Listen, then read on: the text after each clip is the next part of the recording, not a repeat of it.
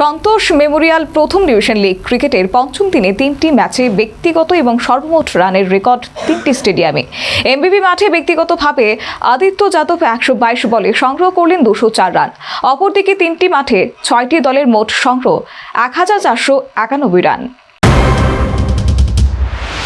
রাজ্য cricket association পরিচালিত সন্তোষ Memorial প্রথম ডিভিশন লিগ ক্রিকেটের পঞ্চম দিন সোমবার অনুষ্ঠিত হল 3টি ম্যাচ। এমবিবি পলিটেকনিক এবং পুলিশ ট্রেনিং মাঠে অনুষ্ঠিত হয় দলের এই ম্যাচে রেকর্ড রানের পাহাড় তৈরি হলো।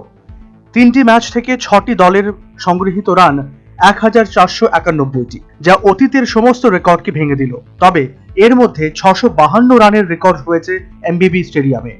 বিসিসির বিরুদ্ধে প্রথমে ব্যাট করতে নেমে পোলস্টার নির্ধারিত 50 ওভারে সংগ্রহ করে 411 রানের innings.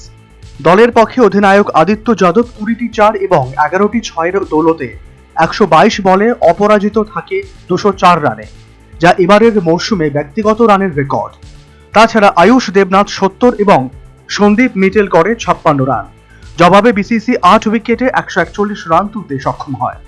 Bureau report, news vanguard.